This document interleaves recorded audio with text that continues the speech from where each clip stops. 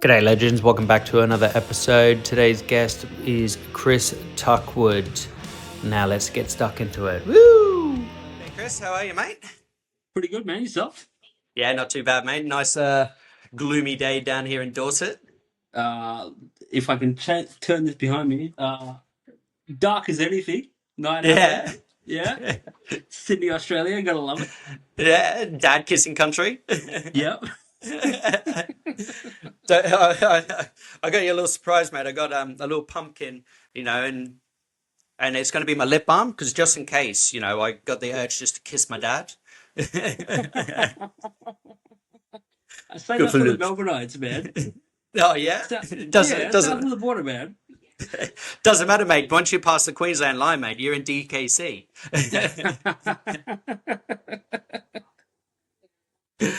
Oh man, it's nice to see you.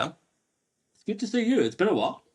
It has, Paris, WWBC, WBC and all everything. Yeah. Oh, what an experience! And it was awesome to fucking meet you as well. Yeah, it was awesome. Meet you again. Like we did it the year before. World Butcher Yeah, Wars. yeah, Butcher Wars was great. I don't remember too much, but I remember enough. Well, hey, I still have, I don't have it on, but I still have the Butcher's Bible podcast shirt. That's right. That's Do right. you You're remember? welcome. Do you remember that? Yeah, we swapped shirts. We did. Yeah, Wow, what an experience that was first year. yeah. That was a big year. It was good. It was crazy to meet so many people within the industry. Like I Mm, wasn't privy to like that beforehand, like what everything was. mm. And then to like go there with Lawsy and like be able to see everything was like crazy. It was one of the Yeah. craziest experiences in butchery I've ever had.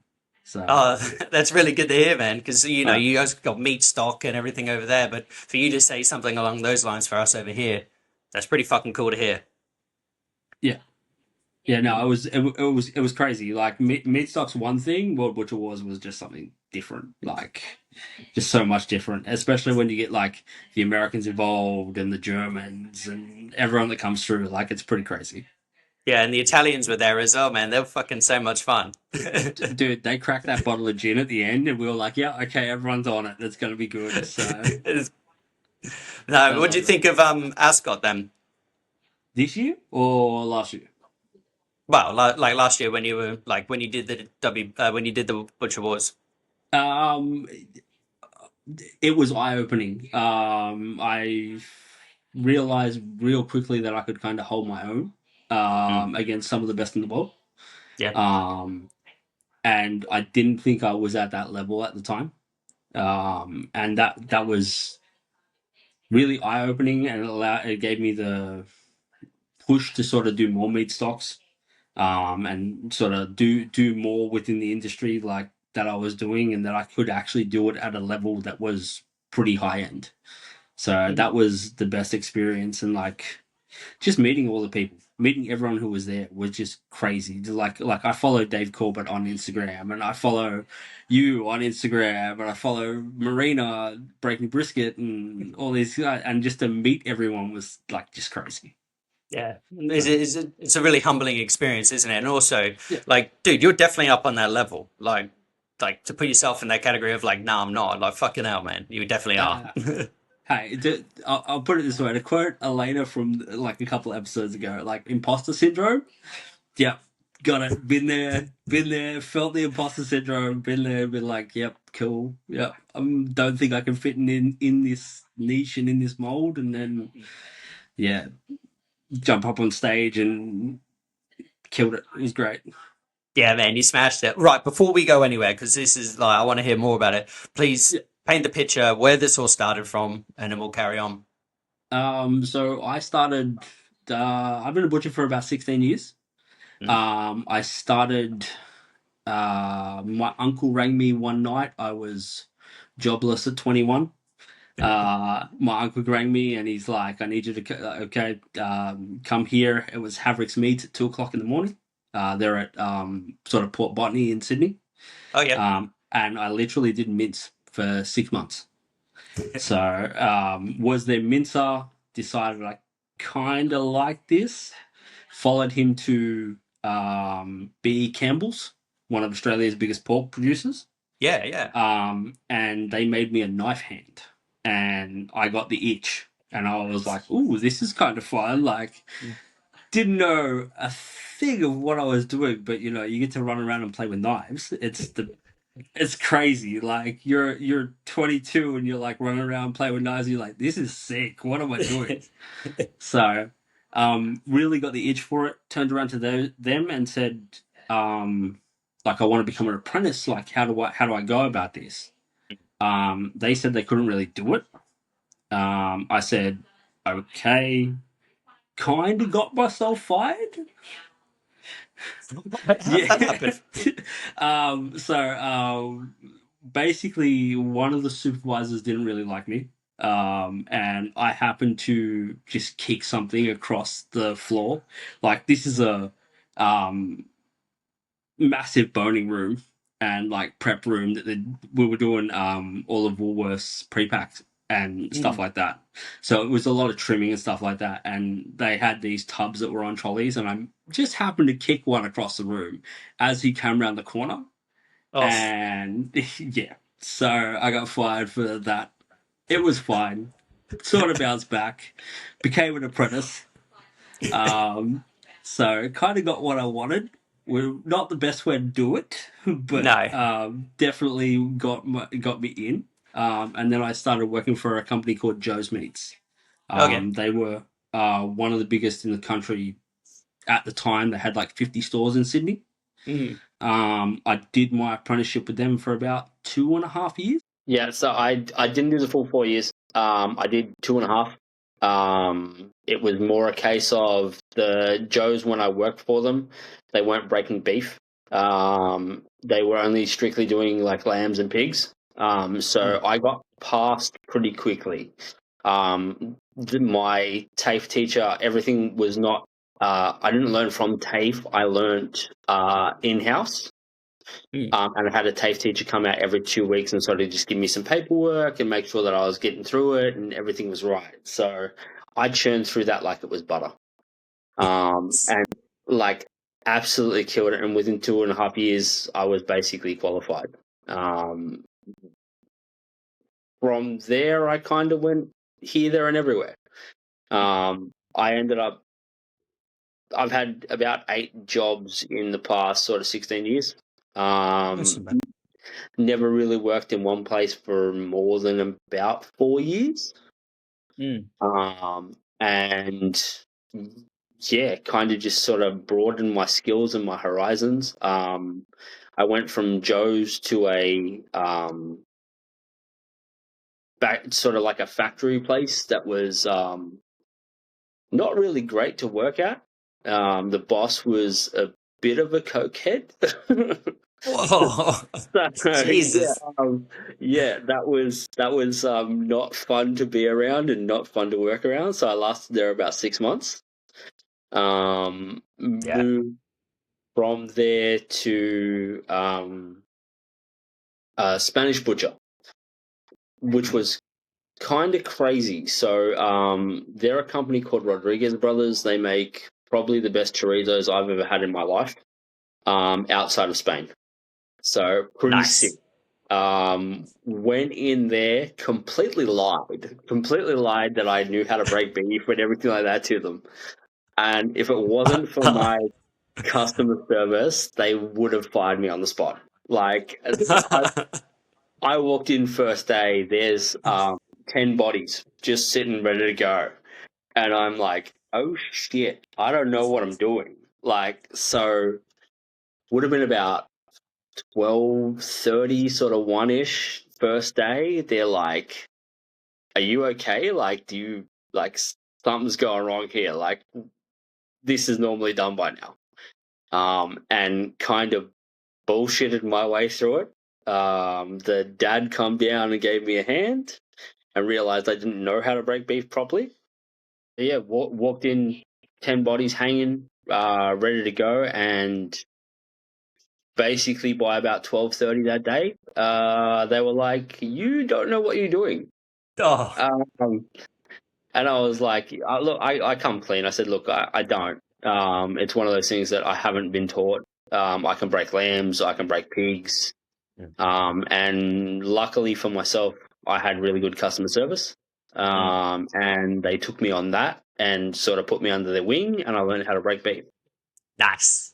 So was with them for about 4 years. Decided I kind of wanted to be more of in a management role, kind of take over a shop, try and run it. And sort of went back to Joe's, and was there for a fairly long time. Yeah. So ran some stores. God, that would have been about COVID, roughly, is where everything kind of hit the fan. So COVID hit, fucked up everyone, Yeah. as it did. Basically, end of COVID, Joe's was starting to like sort of slow down. They were looking at basically sizing. They got sold to a bigger company, that being Okay. JBS. Oh, wow. Okay. Yeah, so they took over all the abattoirs, the entire operation, the whole thing.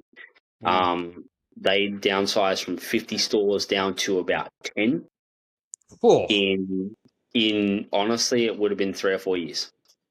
wow. So they really moved real quickly. They gutted the whole lot. And basically like just went, yep, you've got a position, but we're going to make you go here, there, and everywhere. Go to every store that they could, and sort of just work your way around, which I was okay with for about 12 months. Yeah. And then I decided I wanted a permanent location. It was so hard going store to store to store and back and forth, because one day I'd be in Campbelltown, the next day I'd be in Randwick. Cool. They're big And distances.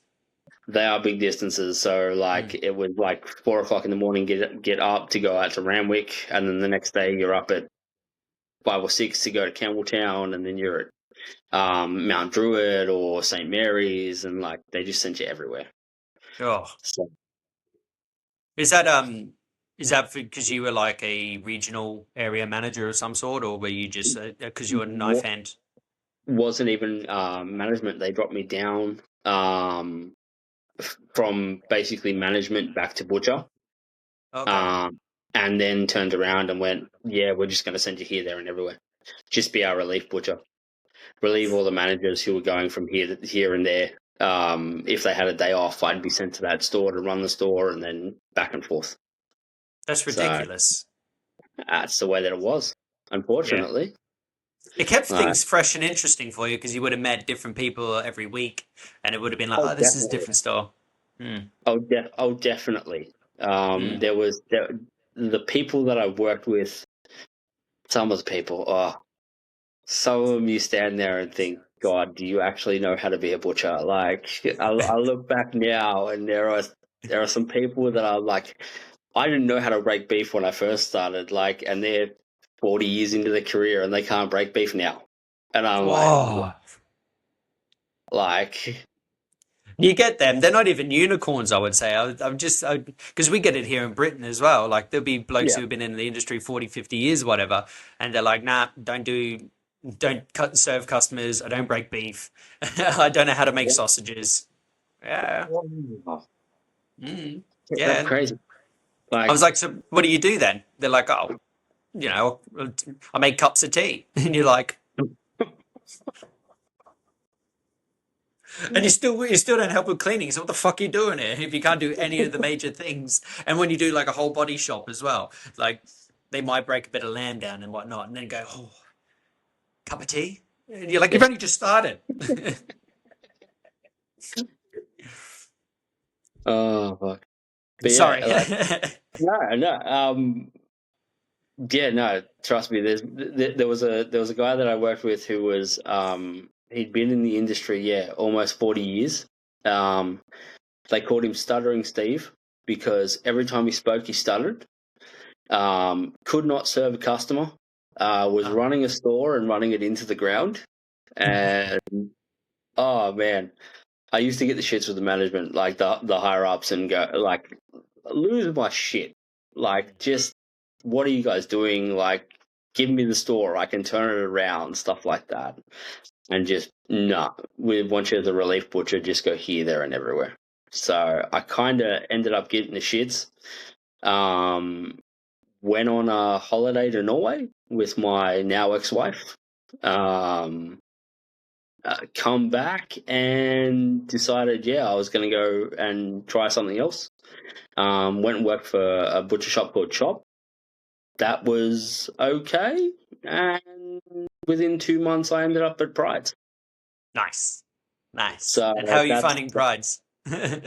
That's where I'm at now. I've been there for 2 years. So kind of a odd journey. I kind of skipped a couple of places that I worked at because they weren't fantastic. And the people there weren't fantastic. And I'd probably rant and rave and tell some stories that probably I really shouldn't. But yeah, ended up at Pride's, been there for 2 years, worked with one of the greatest butchers I've ever seen in my life, and one of the best value adders in the country, probably on the planet, that being Butcher Lawsy. Oh, I thought you were going to say me. I was like, we never worked together. Well, that'll come soon. That was the plan at one stage. Yeah, it was, wasn't it? It was. I was supposed to be over there. But things change. Life pivots in crazy ways. I met my now partner Carleen, and we had a baby. And congrats! Fucking killing it. I'm loving it. Pride's kind of changed my life. Changed the way I was going. Changed the direction I was going. And has made me probably the better butcher that I am now. And that's crazy to think back on it. Like 2.5 years ago, I was just an average butcher. Now I can at least say I'm very skilled. Yes, and I would say so. Like, come do some competitions with me. I want to have some fun with people. I want to meet as many people as I can in competition and like sort of just have a laugh and compete and do butchery. It's great. Yeah, it really is, isn't it? It's like a whole elevated experience, doing the day-to-day ins and outs of the work. Then you got this other element now that's been added, and it adds like a whole new great pressure, and it's a good stress to have because you're like, fuck, all right, now we got to really hone in and do, put the, to the test. It's great. Yeah. All right. I love it. I think it's a really good idea. Like, because we touched on it earlier, we got to meet the Americans and like, the Italians and everyone as well. And plus, ourselves, the whole community comes together in such a formidable fashion, I would say. And we all fucking love each other because it's just one big family, isn't it? Yeah, family. Well, we'll leave the shit shops because I've had my handful of shit shops, and I'm like, fuck it, you guys don't even get a mention. I'll still speak to some people who used to work there, and they'll be like, "Oh, have you heard?" And I'm like, I don't give a fuck. No, I still keep in touch with people, and they send me things every now and then, and I'm like, yeah, cool, like that saw the writing on the wall. Like they're like, oh, this person quit, and it's like, yeah, that was going to happen. They're a good butcher. They're not going to deal with like getting sent here, there, and everywhere. And people, unfortunately, big companies take over small companies, and shit hits the fan. It hits really quickly because they bring that corporate life into butcher shops are just completely different. If you've worked in any other kind of industry, butcher shop is its own element, isn't it? It's just like its own little ecosystem, and the way it works is completely different to any other. And when corporate jumps in, it's just like it just all falls apart really quickly because Joe's was 50 stores down to 10 in 3-4 years. Unreal. Unreal. The amount of money that would have cost, like, to get rid of everyone and then the equipment and then rebuild. They would have just been better off almost just going, we'll cut down maybe 5 stores and then recoup. Just in 3-4 years, just banging it all out would have cost fucking lots. But that's the thing. Being the company that JBS is, they could turn around and just smash it out. Yeah. biggest meat company in the world. And I stood there with a supervisor once, and he's like, "We have containers full of machinery just sitting on the docks, waiting to either be sold or like just put back into new stores." Yeah. And I'm And like, "That's crazy." I bet they're still there, most of it. Probably, yeah. Yeah. Probably just sitting there. Because how many gathering butcher rust. shops? Yeah, how many butcher shops you know are like opening? If you just closed 40 stores, you've got heaps of equipment. And how many Oh butcher yeah, shops are opening a year? Four, three? yeah, true. Yeah, the equipment's not going anywhere. This is sitting Yeah, there rusting. Fuck them. mm, You're yeah, not there pretty anymore. much. Doesn't matter. Yeah, So, speaking of competitions, yeah.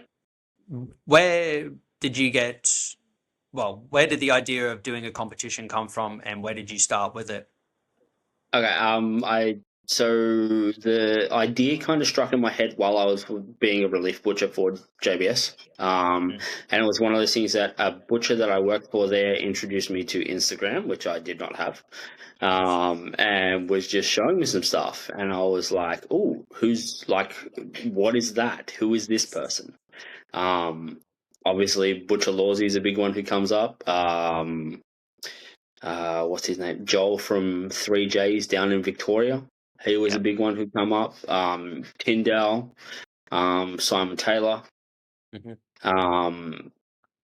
Starting to see some stuff from those boys, and I'm like, "Ooh, what's that? What's involved? What's a meat stock?" And sort of like found all this content that I was consuming, and what is this? How do I do it? And that led me to the path of basically jumping ship and joining Prides eventually.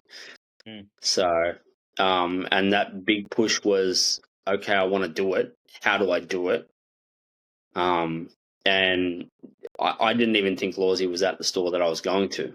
I rocked up the first day for the interview, and I met Mano, who was the owner at the time, and he was like, "Look, this, that, and the other. Like, we have Brett Laws here," and I'm like, "Oh, okay, cool." And it was his day off, and the next day he came in. He's like, "Hey, I'm Butcher Lawsy, this, that, and the other," and like just the nicest guy ever. And you're like, Yeah. I expected you to be so much different. Like just a bigger personality than what he was, and he was just such a nice guy. So got him like a house on fire, started asking questions, and he basically said, "Just do it, just do it. What's the worst can happen?" So jumped up on stage for my first meat stock, cut myself, which was great.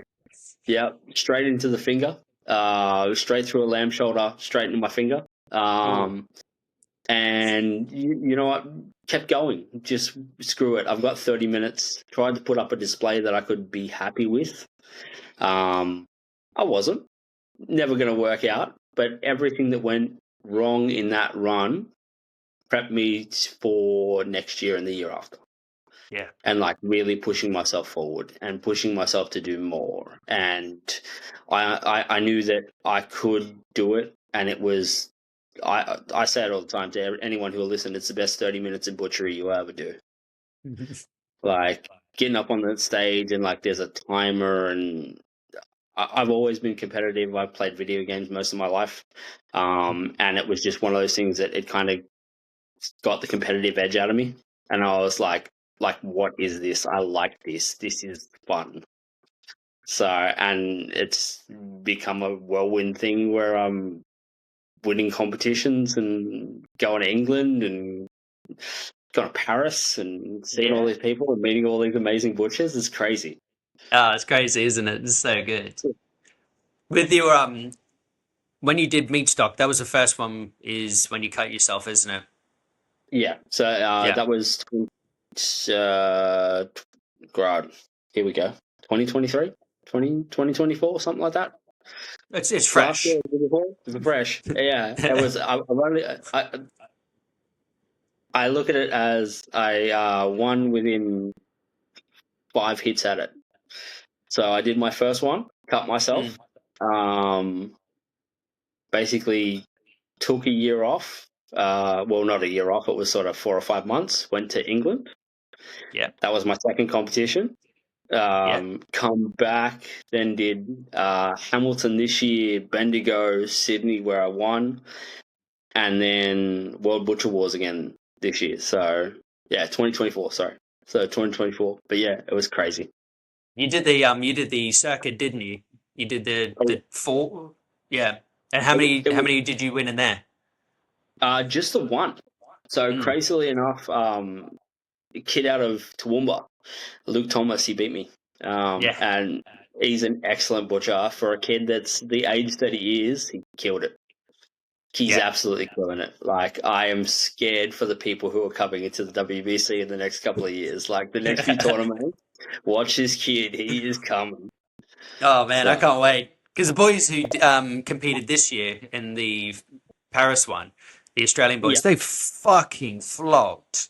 They did yeah, really well, and I was super yeah. proud of them boys. But you know, you had Reese in New Zealand and Anton as well. I think Mm, and Morgan, those yeah, three as well, just fucking were just on another level. But like you know, Australia and New Zealand being like the OGs, weren't we? yeah, yeah, Yeah, so like those guys had to be up there, but my God, when I saw Gareth's display in the Apprentice one, holy fuck! Like they were looking for his bones because I was yeah, watching because I was right there. They were like, "Oh, where's yeah. all your bones?" He's like, "In the mason jar," In the because top. Yeah, and they yeah, were like, "What?" yeah, They were like, "Whoa, yeah, okay, here you go." I was like, "That is fucking brilliant." I said to him, "I was yeah, like, that's fucking brilliant, man. That is a great idea." And he was just like, yeah. "Oh, thanks. Who the fuck is this?" Why is he dressed like an Icelandic, sounding like me? Yeah. Hey, I want one of those t-shirts. I gotta hit up John Grease and get one of those t-shirts. I want one of those Icelandic shirts. They were He sick. listens. He listens to this, so he'll Good, definitely. good. He needs to come to Australia. I need to see him. Yes, he he's well, he's not the team captain for Iceland anymore. Oh, really? Yeah, no, That's, he's had to pull out. oh, that's no good. Yeah, That's because I said to him, I was like, "Oh, can I come over and watch you guys do like a competition, do a display day, and you know, watch?" And he's like, "I'll ask the boys." And when he says, "I'll ask the boys," I was like, "Are you not in there?" He goes, "No, I told you Paris." I was like, "You fucking didn't. You didn't tell me any oh, of it." shit. He's like, "Oh, He, anyway." he was one of the nicest humans I've ever met in my life. Yeah. Like, don't get me wrong. I've met a plethora of people now, but he was like the moment. I sorry, I don't even know who he was. I think I followed him for like all of probably 2 or 3 months, and he was the most nicest human being you'll ever meet. Yeah. Yeah. Jersey. I've been speaking to him for like 4 or 5 years, and we Hmm. just go back and forth and just like we text each other nearly like every week, just see how we're checking in and whatnot. But when we first met in person, that was the Ascot with the first Butcher Wars. It was just Yeah. like we were just like friends, and he has been just the nicest person, and Hmm. he's so incredibly sweet to everyone. And then when he Yeah. gave me the uniform for like, because I always back him, I'm always like, "Fuck Iceland, yeah, man, we're gonna fucking beat you and everything." He was like, "Here's a Yeah. uniform, you know, support it." And I was like, "What do I do?" Like that's the nicest thing anyone's ever done for me, really. It was Yeah. like, and I rocked it, and I still do from time to time as well. I wear the hat, and I wear the shirt. Hmm. And it's just the shirt, though. The shirt is probably the nicest shirt because it's a massive lumberjack shirt. Yeah. It Yeah. might be a bit warm for Sydney, but it's perfect for here. Nah, it'd be good. I can wear a shirt and then just wear it over the top. It's fine. No way. There's no way you're going to be able to do it, mate. That shirt is thick. Oh, It's thick. okay. It's made for Icelandics. Like Oh, it yeah, is fair. like it is thick and it's super light. You're just like, how is this thickness? It is, but it's like it's insanely light. It's crazy. Like if I wore this now, I'd be sweating. Oh, wow. Yeah, Crazy. yeah. You're not going to be able to wear it, but if you could ask him, he'll give you one. Yeah. Yeah. Yeah. I gotta lure him out to Sydney for the next one. Wherever it is in Australia. I'm spitballing that it's Sydney. I'm hoping it's Sydney. Yeah, you're just being selfish as Sydney, so you don't have to fucking travel. That's it. That's it. Yeah, I'm hoping it is like Queensland, you know, because I give credit where credit's due. You, as dad kissers, get butchery, Yeah. but when it comes to the state of origin, us as Queenslanders, we fucking get it. Well, don't get me wrong, I'm a Queenslander, so it's No. You've been revoked, mate. As soon as you go past that Queensland barrier line, mate, you're fucking done. No Queensland pass for you ever. well, the boys at work they told me like did I chop the second head off when I come across the border and stuff like that? Gotta love No, that's Tasmania, isn't it? it. No, that's where you kiss your cousins. Ooh. All right, here we go. Getting feisty down in Tassie. So, you did the circuit. Tell us a Yep. bit about the experience of doing the circuit at each different place, because I hear remarkable things, and especially when Elena said in her episode a few weeks ago, it was the most humbling and beautiful experience. But each place gives something a bit different, doesn't it? Yeah. Yeah, like going to New Zealand, like the people of New Zealand are so nice and accommodating. Mm. And like being in that environment of butchery, which isn't like really a massive like industry. It's not a massive industry. There's not a lot of people in it when it comes to it. It was just so nice to be around the people that were there.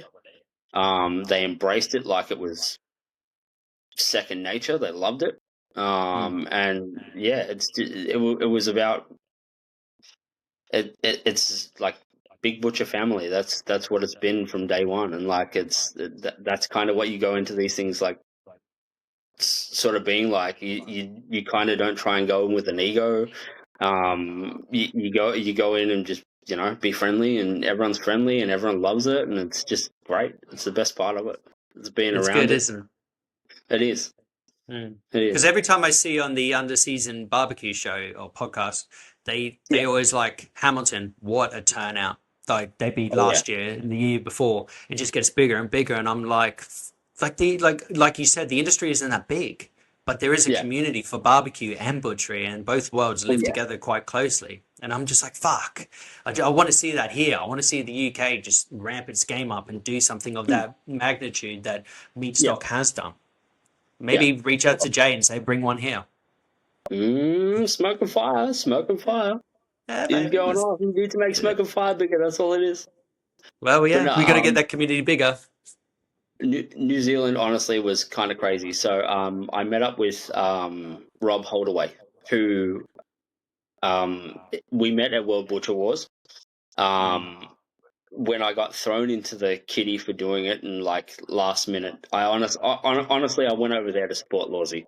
Um, got thrown in last minute, 24 hours notice. And I was honestly shitting myself the whole time. Mm. And Rob's this big 6 foot fucking six giant Kiwi bloke who is the biggest teddy bear. And we're having a conversation, kind of drunk later that night. And he went like sitting there going, what are you doing? Like, you can do this. No one can do this but you. You do this every day. You've done this a million times. It's just getting on stage.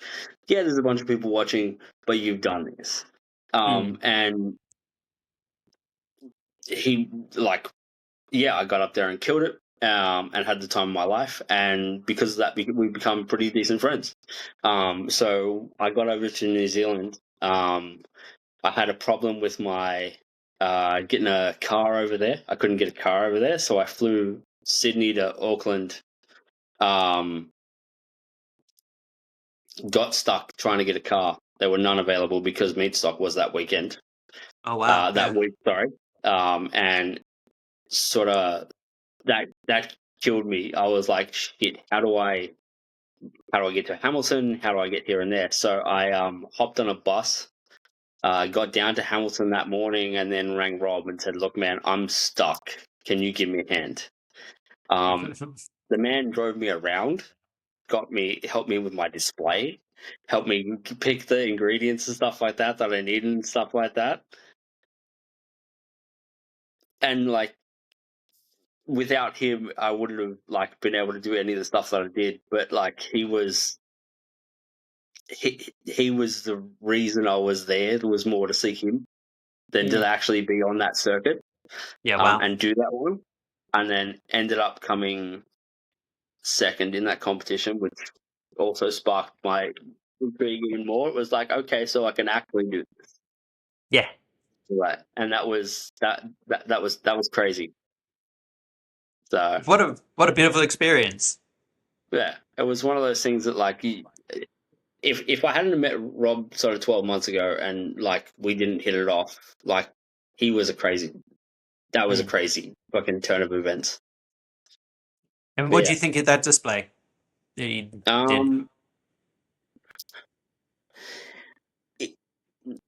It wasn't my best work. It was what I could do in the time that I had. With the so essentially what happened was I came up with a theme sort of 2 or 3 months beforehand. I wanted to do Dracula. Yeah. Okay. So it started off as sort of I wanted to do nights at a fine dining thing. Because me and Rob had been talking about doing a New Zealand competition called Master Butchers, and throwing back ideas. So that that got me onto the idea, and then eventually it transformed into me wanting to do Dracula. So I sort of did a high-end dinner, and yeah, I basically went over there with a chandelier in my suitcase, some knives, and basically went and ravaged as much stuff as I could from Kmart, and got a board and a tablecloth and everything like that, and yeah, got it set up as simply as I could, and yeah, just carved it up and did butchery. Do what I did. That's awesome. So, good old Kmart. Yeah, good old Kmart. Like, man, you can get anything in Kmart. It's fantastic. I honestly put together a display of probably $300 or $400. And just like sort of just went in 20, 30 minutes. I had everything that I needed. Walked in, jars. Yeah, like shout out, honestly, shout out to Kmart. Like putting together a display so quickly. And so like walked in and was able to buy jars and LED lights and everything I kind of needed just to like put it all together. Plates and everything. Kind of how I did it in England when I did World Butcher Wars this year. Yes. Basically, not to segue, but like I walked into IKEA in England and bought everything. Whoa, so, that's ballsy, man. The IKEA here in the UK is pretty expensive. It wasn't too bad, honestly. Kept it under like $500. So, really? Yeah. Couple of bookcases, bookshelf to go in between. Had all the boxes and everything ready to go for my books that I did, and then threw it all together. Yeah. So, I wanted to talk to you about your display over at the Butcher Wars. It was this year as well. You came. Thanks for the last minute invite, asshole. You literally messaged me like, "Are you going to be here this weekend?" I was like, "What weekend?" I thought you would have been there. To be honest, you were there last one. I just assumed you would have been there. No, because like I wasn't sure who was going and whatnot. I reached out to heaps of people, and they're like, "Yeah, maybe, I don't know." I was just like, oh, "Okay, well, fuck it, I'm going to leave it." And then you messaged like 24 hours prior to, and I was like, "Damn it!" Pretty much, yeah. Yeah. Which I'm spewing about because I would have been there this year, but like I kind of blew my budget, man, on WBC. I spent so much fucking money. That's understandable. But still, it's only 2 hour. 2 hour drive for me, so I should have just driven up. Yeah, no, don't get me wrong. WBC blew my budget as well. Don't worry, that was a big trip. Yeah. How did your missus cope? Because like when I saw you guys, she was pretty heavy pregnant then. Yeah, she was. 14 hours on a plane while pregnant, puking her way all the way over, and the same on the way back. So it was brutal. But yeah, like she loved Paris though. Paris was great. Yeah, so it's a romantic city. Yeah, it was great. It was great. It was just a flight over and the flight back that sucked. So poor thing. Oh man, I couldn't imagine sitting next to her the whole time. Well, I hope she doesn't mind me telling this. The plane ride over, she's like, She started to get morning sickness. And she ate something, and whatever she ate just didn't agree with her. We're sitting on this plane, and she's puking or starting to puke, and I'm trying to find the sick bag. We had a cup, and that was it until I found the sick bag. The cup got to 3/4 of the way full, and I'd only just ripped open the sick bag in time for her to like puke into the sick bag and finish it off. But like, yeah, I was almost gonna wear it on the flight over. Were you on an EasyJet flight? Because those sick bags are only like the 500 Yeah, mils, man. they're only like this big. They're terrible. So Oh, horrible. It just kind of reminds me of Jetstar, EasyJet, because they always give you like the littlest vomit bag, but the shit is like seating and it's grey and orange. You're just like, oh, this is disgusting. yeah. What have I done to myself here? I'll tell you what. The worst part of so the flight from Sydney to Abu Dhabi was where she puked. The flight from Abu Dhabi into Paris, right? We board the plane. Stu Loughton, the head judge for Australia, he's like, "Oh, I've got a seat, this, that, and the other. It's on an aisle. I always pick this seat, this and that." So he goes in. We board the plane. We're sitting next to Stu. Stu had to sit there for 7 hours and watch me and Colleen play stupid games on the plane, the like hangman and stuff like that, and then shook his head every time we got something wrong. Like it was like the easiest word. It would have been like play or something like that, and I'm sitting there scratching my head, going, "Oh my god, what is this word? What is this word? What is this word?" And he's like, duh, duh, duh. And then ended, and he's just sitting there shaking his head. I was like, "Ah." I look like the biggest dickhead. He would have loved it though, because he would have been like semi-involved. He would have been fine. Like, oh, yeah. Good bloke though. Good bloke. Great bloke. Great bloke. Yeah. Great bloke. Yeah, can't speak highly enough of like everyone that I've met in the butchery scene, like in this sort of butchery world. Like it's crazy. Oh, it's brilliant. It's a good family that we've got going on. Just need to expand it a bit more. Oh yeah. I want to see more countries involved in WBC, man. Like it's crazy that Brazil's there. Like those guys are crazy. They're super nice too. We met them in our hotel in Paris, and they were just the nicest dudes. But like, I'd love to see other countries come through. Yeah, I thought South Africa was coming, because I saw on the WBC website a while back that South Africa was, and can't remember if there was another one. Portugal, I think it was. Yeah, that'd be cool. I think. Yeah, Portugal's good, man. Like they do like a cross between like Brazil and Spanish kind of butchery. Yeah. But they do a bit more garnishing. So, and like a bit more display. Yeah. But the Brazilians just like, stack it up, and whatnot. And same with Spain a bit. Spain kind of do stack it up a bit, but we'll garnish this and do that, like, and hang everything. They're kind of in between there. I actually got a question for you. Who was your pick for best display in WBC? Oh. Best display. If you go most creative display, I definitely would have said Romania. Oh yeah, yeah. The whole Dracula theme, the whole Transylvanian theme. They did a really good color contrast. The detail was pretty excellent. It just wasn't executed enough, but I thought for creativity wise, definitely. Yeah. Creative and simple elevation, like kind of technique, Australia. It's very simple. The whole bar theme, beautifully laid out. I don't know, most creative. I love New Zealand and Iceland. I can't pick. I'm going to say Germany. Germany's was great. Okay. Fair. Yeah. Fair. I thought it was missing a few things, unfortunately, the German one. Don't get me wrong. Don't shoot me, Germany. I love you guys. You guys are great. But like, I just thought it was missing a couple of things. Maybe some garnish somewhere. Yeah. But no, like, Iceland was really good. They had the whole Viking theme, but the amount of like items that they did have out, but they were Yeah, that was finished. It was yeah, you were like, whoa, yeah, But no, most creative in like New Way, I reckon Romania was really, really good.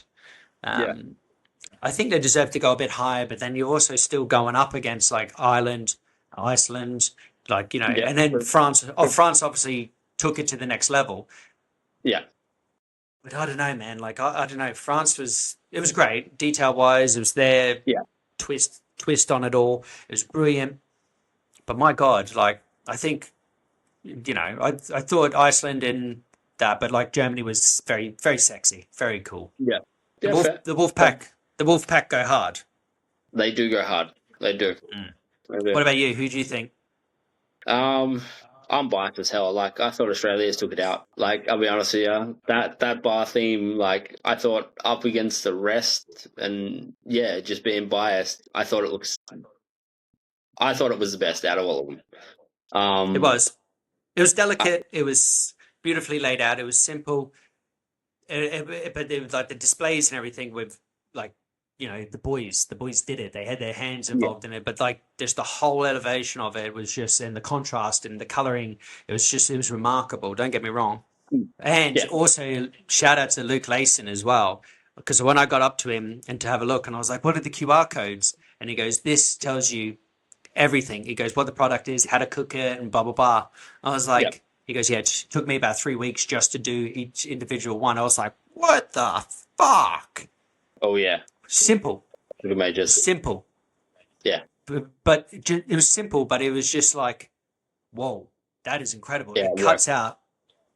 cuts out all this ticketing and everything. It cuts out all of Yeah, it, so you don't have to fucking rummage around and ticket all this stuff. It's just like, boom, this is what this is. QR code it. Bosh. yeah, yeah, Simple. yeah. Beautiful. It was good. I was when he said that, I was just like, whoa, my fucking brain just went out of my ears, and I was like, ah. But yeah, no, Um, there's plenty of improvement though. Like with Oh, Spain, definitely. Spain did the whole old school, new school kind of Yeah, like because yeah, they had like the V kind of bit, yeah, but they didn't do too badly at all. yeah. No, not at all. Not for the first one. Mm. They did pretty fucking well. Like Yeah, even the French one. Like I was actually surprised by the French with the way that they did like 7 of every piece, Mm. and I was like, that's something different. Like, Mm. and that was the same with their apprentices. When like watching their apprentices, it was 7 products across the board, and each one was like 7 product. And I'm like, okay, like Mm. the Australian boys were doing like a colonial roast and stuff like that. These guys were doing like 7 individual products, and it was all like it was cool. It was cool. It was really cool. And they like when they like you said, the apprentices, they had 2.5 hours to do Yeah, 7 of each product differently. yeah, The hands were just blurry. They just would have been yeah, blurs of yeah. just like They were doing it going. where our boys were just like, right, but, they're in their element. They're like, this is gonna smash, whatnot. But like, if you're doing 7 of every product, holy dooly, Yeah, Lord have mercy. don't get me wrong though. I do have to give props. Conor Rose is a fucking gun. Absolute gun of a butcher. Yes, His, yeah, not to take anything off Ben, but his fucking display was sick. Is this gonna yeah, fucking rip the next 100%. again? Oh, sorry. But but yeah, You're gonna have to. definitely. Yeah. Connor's been on here, so he'll love that. But yeah, when I turned up and they were doing like Connor and Ben were on and they were doing theirs, I was talking to Ryan Teeny, and he's like, "Watch Connor," because he's Mm. gone from like he's only been in the industry like 2 or 3 years, if that. Yeah. And he was like, "Watch Connor." He goes, "This is going to be remarkable." And like for Ryan to go, this is going to be good because he's gone from just a basic traditional butchers Yeah. to now elevated to this. And we Elevated watched to him, yeah, and we just watched him, and I was like, he was very fluent. Lots of stuttering and in between and whatnot, but he was very fluent in how he was displaying stuff and that. Yeah. And like Ryan and I were like, "Fuck, this is going to be good." And then I went on to New Zealand and Ireland and New Zealand were next to each other, weren't they? Yeah, Because yeah, New Zealand were in the corner, Ireland were on the other yeah, side, and I was watching them. But they did really well. I was super proud of them. But yeah. like, and then to see Connor go from that on the big stage to the German Butcher Wars, Oh yeah, holy fuck, the level was yeah, just gone bang bang. He's just yeah. elevated. It's giving me Yeah, goosebumps just thinking about it. watching him at World Butcher Wars, I was sitting there, I was standing there just going, where did this kid come from? Like I'd seen him 12 months beforehand, and he jumped up on the stage, and he was green, and he was so nervous. And I said, Mm. man, you do this every day. I basically gave him the same speech that Rob had given me 24 hours beforehand, and Yeah. he was like, what? And I'm like, you do this every day. You know exactly what you do. He got off stage, and I went, did you love that? And he went, yes. And like, Mm. it was crazy, cool to see. Like, it's one of the best things to see, and like just watch a young kid who's an apprentice just jump on and go, "Wow, I can do this. This is real fun." Yeah. Yeah, Like, oh, man. He got the bug real quick, but he just kept elevating and elevating and elevating and elevating, and then he won the German Butcher Wars, and it was like, whoa, yeah. that's something to strive for, and he's going to go a very long way in his career. Oh, definitely. He's the likes of Luke Thomas out here. Like, he's literally like same sort of thing. Like, watch this space in the next couple of years. Sort Luke of. Thomas All is those, is he the Blur? yes. Is that his Instagram? Yeah, the Blur. Yeah, the Fucking Blur hell. Butcher. Fucking hell. I can't wait. I want to meet Yeah. him. I want to get him on as well. Do it. Do it. He's a good kid. I will.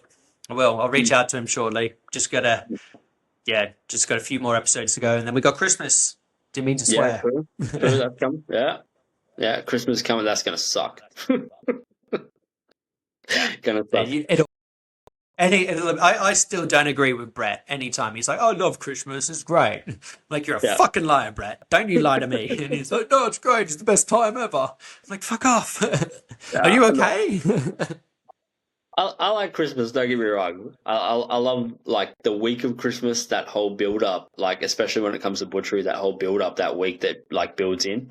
But yeah, afterwards the festivities is just me getting on the beers. So I'm happy with that too. That's the best part of it. Hell yeah, it's summertime as well, baby. Let's go. That's it. Get Yeah, out in the little kiddie pool and just sit back and have a few beers. Oh, those were the days. Now it's sitting inside, just like rugged up, drinking red wine. The whole dynamic is swapped for me. It's great. I love it, and I can't agree more with you. Like, the whole lead up to it is just beautiful. It's festive, but once it's done, it's done. You're just like, fuck yeah, Yeah. let's go sit down. Yeah. It's like I've done 120 hours in a week, and I'm rooted, but this is great. Like, just knock off and go and have a few beers. Yeah, exactly right. Sit in the pool. It's 40 odd degrees. Oh. Loving life. That's the life. Right, we deterred a little bit there. Sorry. Mm. I want to talk about your Ascot Butcher Wars. What happened, bro? You let us down. You let me down. Oh, come on. Fourth in the world. Let you down. Yeah, I know. Dude. Look, I'll be honest with you. It was, I wanted to get back to that stage. Shannon had put out the call. I rang him and said, hey, man, I want to be there. This was, mind you, I was still planning on being in England. I hadn't met my partner in that time and stuff like that. He said, it's fine. You'll be there anyway, because I was supposed to be in England. Once everything changed and I got onto the meat stock circuit over here, he was like, you have to let others go over and experience it, which kind of sucked, was a bit of a dampener. But then the two guys that he picked pulled out. So for their own circumstances, they had to pull out. I won in Sydney, and Shannon went, come to England. So I had 8 weeks notice realistically. And it was, it's enough. Like, realistically, to go 8 weeks notice, sort of, what can I put together? I started off with thinking, like, okay, let's do like a bar theme, basically Australia from the WBC. And then my partner went, why don't you just done Dracula? Why don't you do books?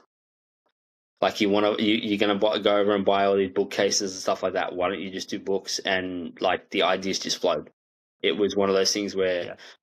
like the leg roast that I did in Sydney, that sitting on a gelatin castle, that was my Dracula theme. So I knew that I had that already, and then I sort of just started spitballing ideas, and it just flowed. And yeah, it was one of the hardest things to do, going over to another country and like buying a display and trying to put it together in such short time and that. But I was prepared, and proof is in the pudding. Like, take our fourth in the world, I'll take that.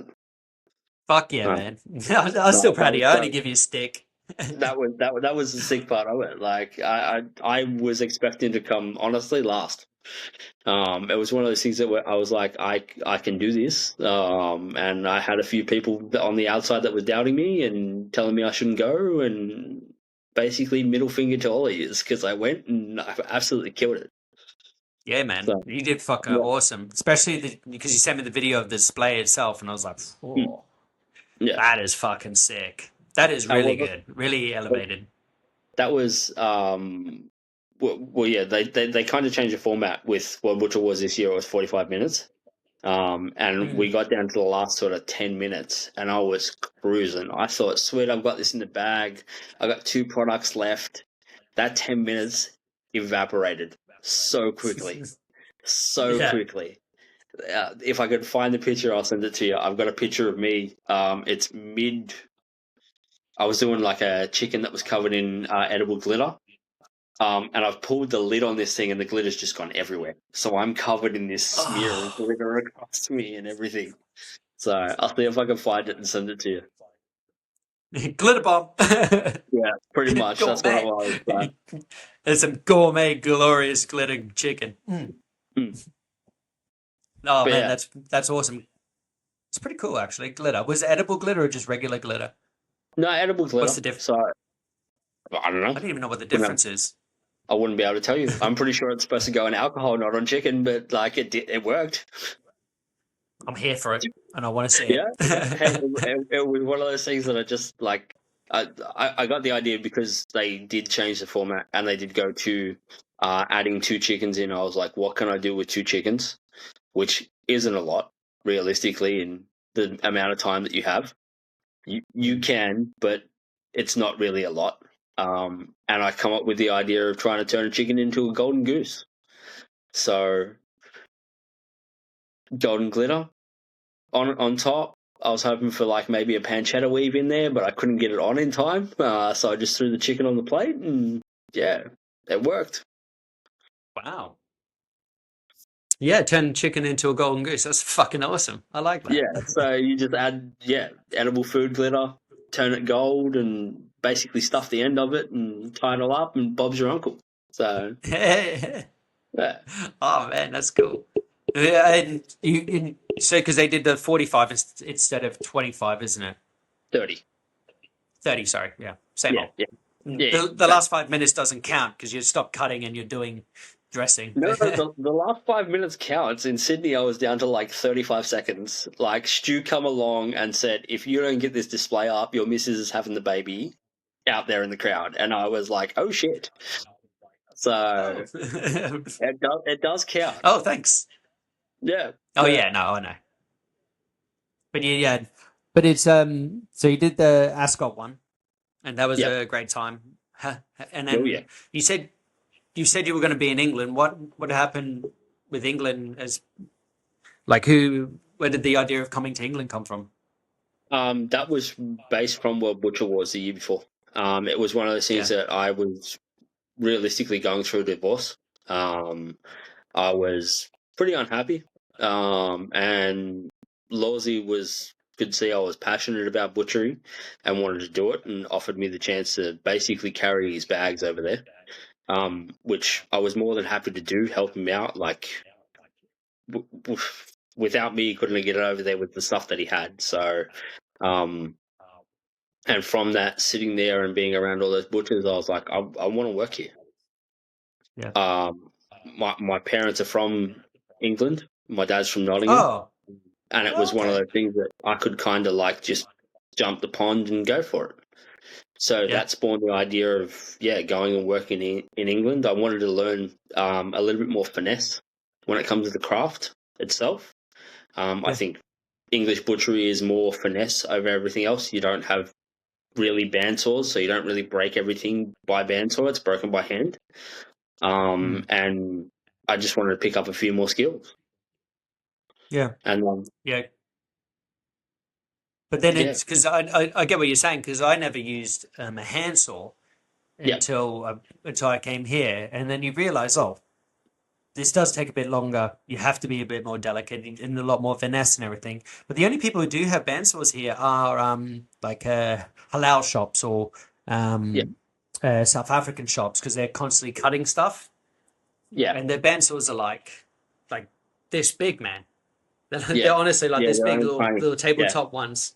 Yeah. yeah, I'm like, I'd rather not use that and I'd rather use yeah, a handsaw. But yeah, no, it is a good way of looking at it. And it is good fun. It's a good skill to have as well because you have to be like pretty detailed when it comes to using a yeah, handsaw. Bandsaw is just such, just yeah. clear Just your cut through it fingers. does it for you. Yeah, and Yeah. that was the thing. Like I learned most of my career through bandsaw, and like it was one of those things that it's what I knew. And Mm. using a handsaw was something difficult. I never learned to like break with a chopper or anything like that.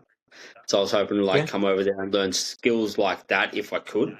Mm. But yeah, didn't eventuate, but that's all right.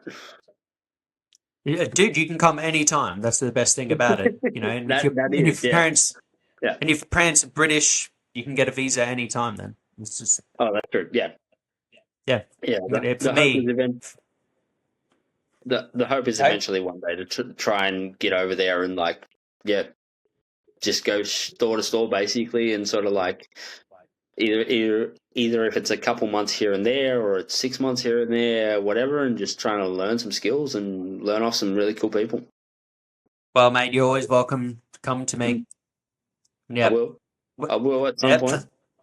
Don't worry. Whenever you're ready, mate, let me know, and you're fucking more Yeah. than welcome. You can stay in mine, and I'll show you the whole of Dorset. It's fucking awesome down here. You're gonna have to invite me, missus and the kid. That's the only thing. No problem. Not a problem. Not a problem. I got a 2.5-year-old, mate. She can look after your boy. That's That's how mad. it goes, doesn't it? The oldest looks after the youngest. Yeah, true. Let them be. It'll be good, man. Honestly, and plus, we got backyard and everything here, so and there's plenty of room, and I can show you around Yeah, Dorset, and we can go to do a few shops, jump shops as well. yeah, It'll mad. be good fun. Cool. Yeah, Always welcome. thanks, man. Right, you're very welcome anytime, mate. Anytime. You always got to look after the brotherhood. Yeah, that's it. Even if we are DKTs. Of course. Got to make some exception for the DKCs, but oh man. So now, being at Pride's, you've done all these competitions and everything, and now you're at Pride's, and they've just got a new Instagram for their store, haven't they? Yes. Yeah, so they just Yeah. changed up the Instagram. We kind of went through a restructure after Carlene had the baby, sort of that 2-week period. They went through a restructure. We got a new owner. So I was actually off on maternity leave. And the store went through changes that I didn't even see coming. So Cool. come back, manager kind of quit. Brett got promoted to manager. And they started changing things. So don't get me wrong, for the better. The store was doing well. We're just now trying to do it a little bit better.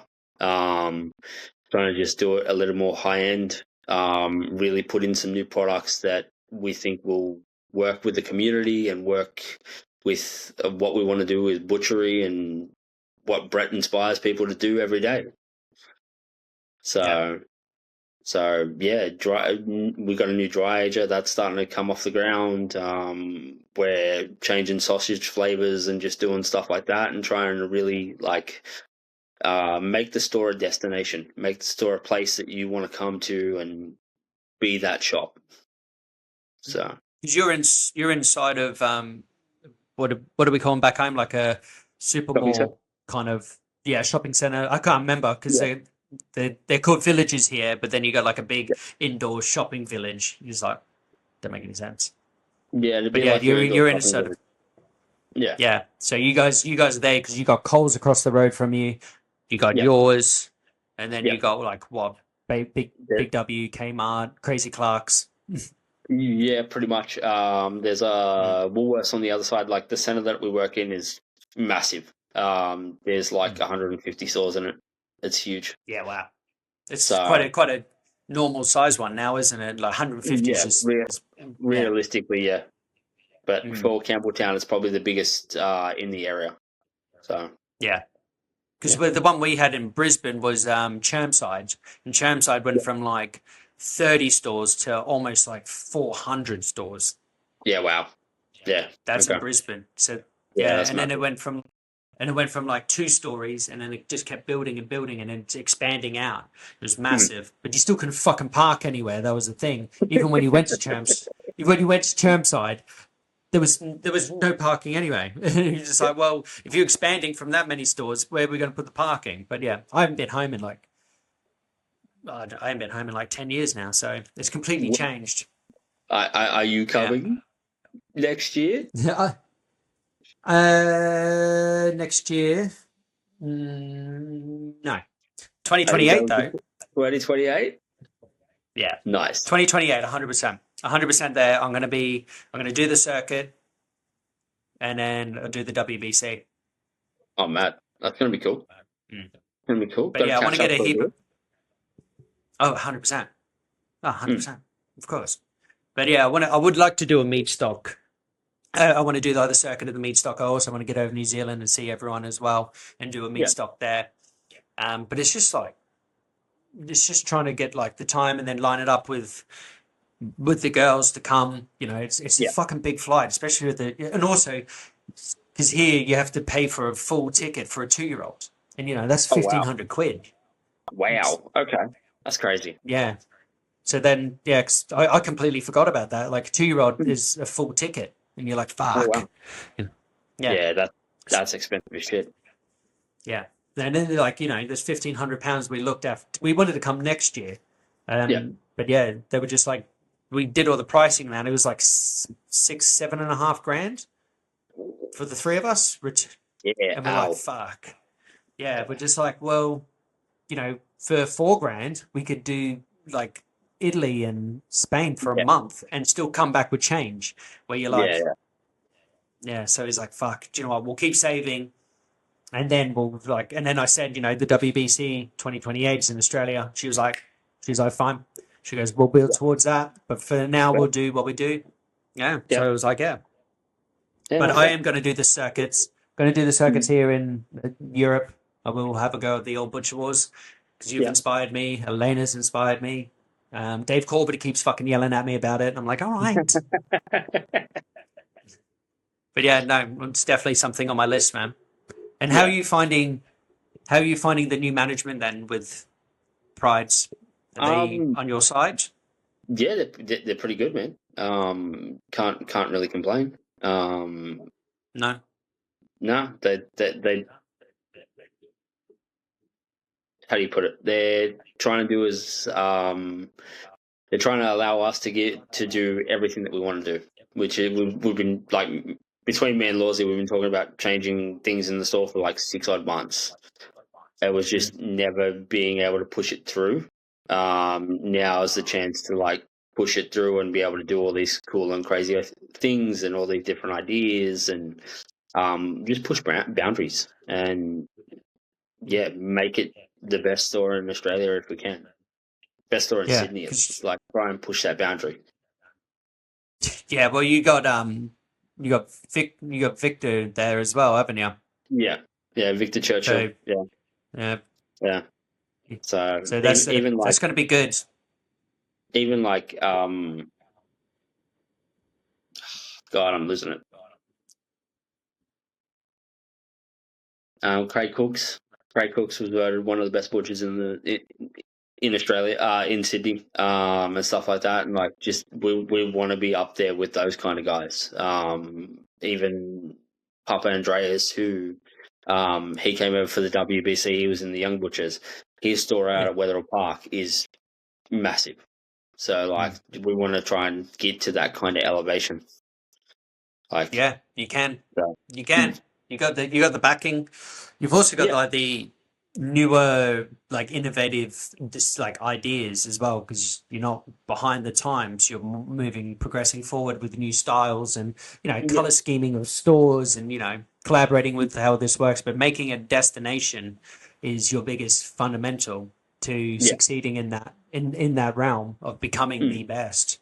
I wasn't sure what it looked like too much. But like I can imagine it's had a big shift now, and it's been more modernized a bit, or perhaps. Yeah. Well, you'll have to send me a video. Like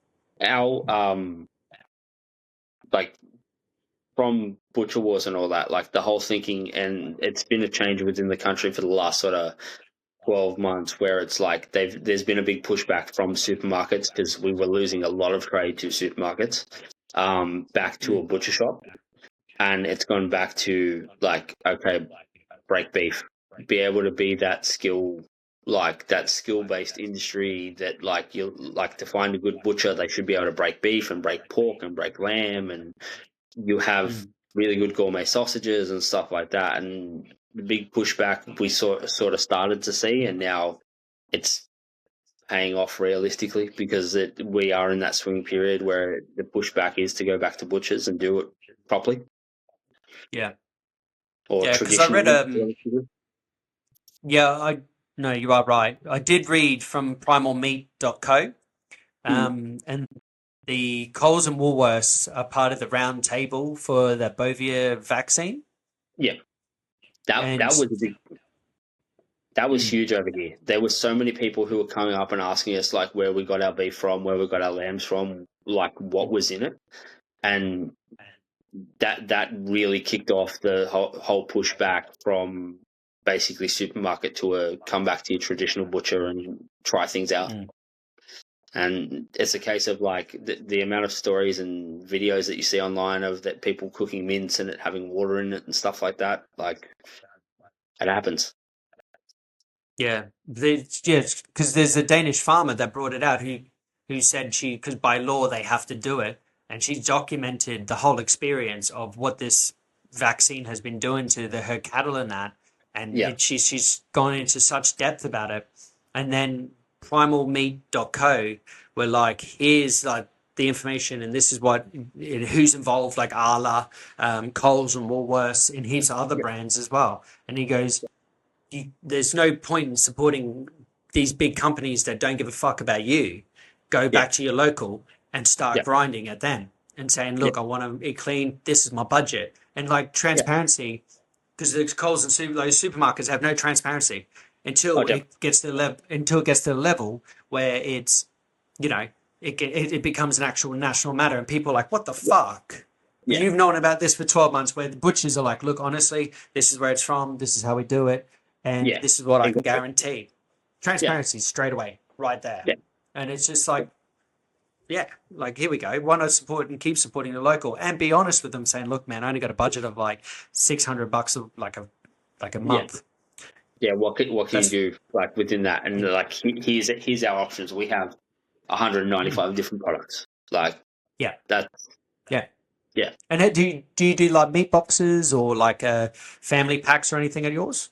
Not at the moment. It's something that they've talked about. I think they want to go back to doing like meat packs per se. But yeah, we do a lot of ready-made meals, ready-based meals. Stuff that you can kind of quick cook, 10, 15 minutes, stuff that you can kind of just heat and eat. We do anything from enchiladas to, we're just about to put in pork belly burnt ends. So ready to go in a tray, heat them in the oven, and within 15 minutes you've got a ready-to-eat meal. That's the stuff. Man, I haven't had enchiladas in years. So. But yeah, no, a huge thing in the UK is doing the family packs, the meat packs, like different like levels of them. Yeah. And, you know, this will feed like 6 to 8 or, you know, whatever. But like meat Yeah. packs here in the UK are really big because people are like, look, man, I've only got like a budget of this amount per month. Like, what can you do? And then you're like, all right, I can do this meat pack on a subscription and that will be like 40, 50 quid. But this Yeah. will give you the 7 meals, and then you have a little bit of wiggle room for doing something creative or whatnot. You know, and it's Yeah. quite nice. But Yeah, it is it's but people are seem to be a lot more savvy and conscious, I would say, money wise and Yeah, and definitely. health wise, which is good. But then also you get the dickheads who are just like that. You know, 50 quid, that's too much. I'll go to the Littles and grab it. But go those are the people you want to break away from. You don't want to Yeah, you don't want them in your circuit. And Yeah. plus, you know, we're here to help. Like Yeah. that's part of our job. We're a therapist, we're a chef, we're, you know, everything. Yeah. that Definitely. counter and the meat seem to just like be the in between of how we engage with people and how they're feeling. Yeah. Yeah. Definitely. Nice. So, should we move on to some questions, sir? Ooh. Yeah. Certainly. Did we cover everything? I think so. I don't know. That's right. Yeah, I We'll think do so. these and then I think so. Okay. I'll be interested. I think we're all right. I think. It must be getting pretty late for you now. Yeah, 9:45. Not too bad. Oh, yeah, nice. Yeah, right. Right. Let's do some guest questions then, eh? Yeah. Question number 1. What's a belief or habit that's been a key to your success?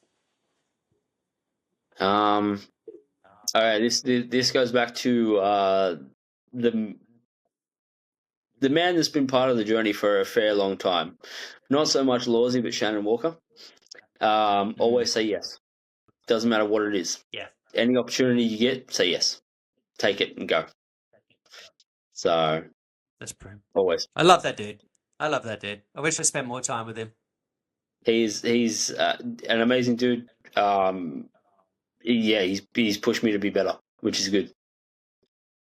So That's good. It's what we kind of need as well, you know, the imposter syndrome, like you said, and whatever else. And it's just like I should, yes, yeah, I should. And if some, you know, Shannon Walker's level that he is, you know, it's just brilliant. You know, it's good trust. I will say this as well, like belief or habit. Realistically, like I have been through this, like the 16 years in this industry, feeling like I was never a good butcher. And in the end, it probably built a pretty big chip on my shoulder where for me to go through these competitions and do as well as I have and to have won in Sydney and stuff like that is the biggest sort of like F you back to as many people as I can. Like you've told me in the past that I'm not worth the money you're paying me in some places and not worth the job that I'm doing. Well, guess what? I've done X, Y, Z. I've been all around the world doing all these competitions. Tell me I'm not a good butcher. Yeah. I also got the trophies to fucking prove it, mate. Yeah. That's brilliant, man. Honestly, you should be really fucking proud of yourself, mate. And there's a lot more to come from your end, which I'm really excited to see. Ooh, definitely. I can't wait, man. It's going to be so good. Next couple of years is going to build up real good.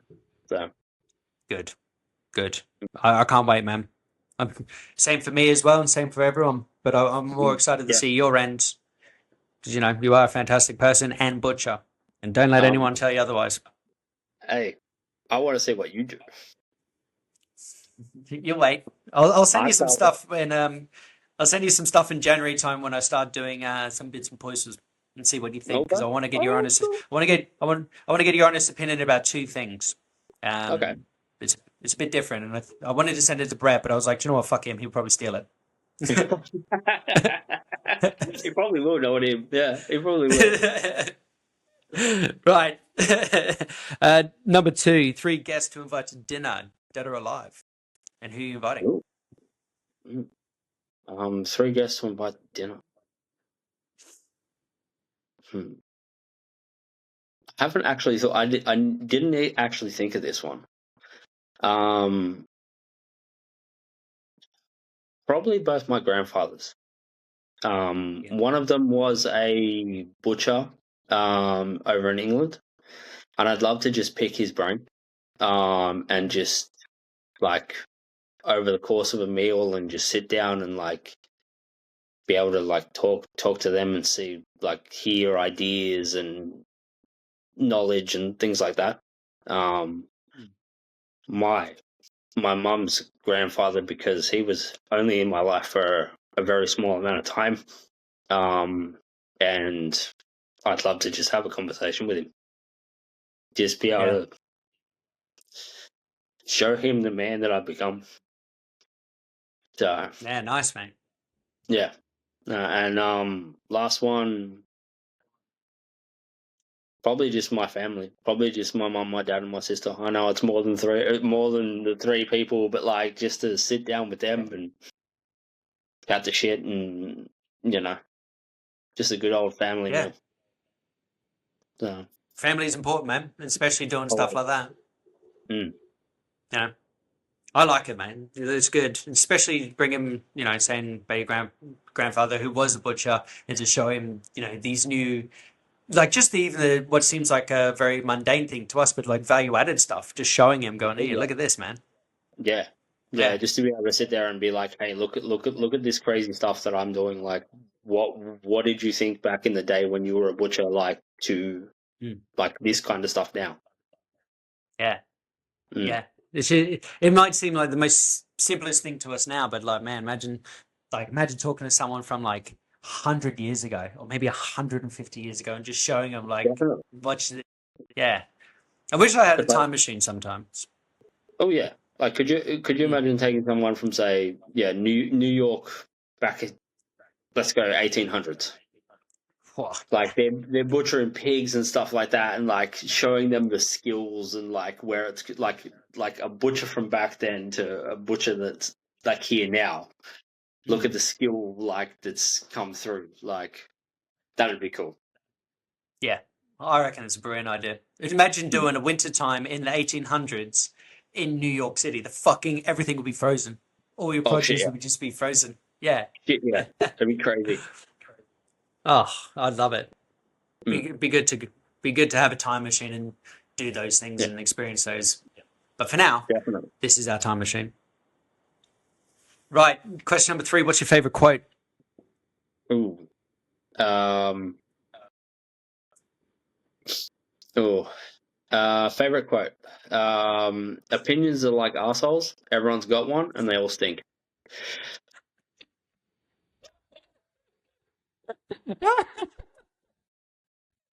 I love it. Yeah, yeah, That's a classic. That's a classic. yeah, I love that. yeah. That's going to be my favorite for this year. Fair, Favorite fair. quotes. Yeah, no, that's the one that takes the cake. Like it speaks a lot.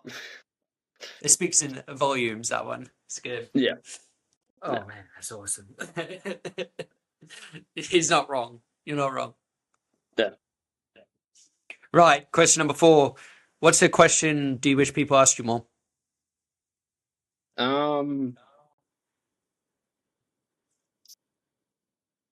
That I don't know. That one I haven't actually thought about. I don't know. No? Um,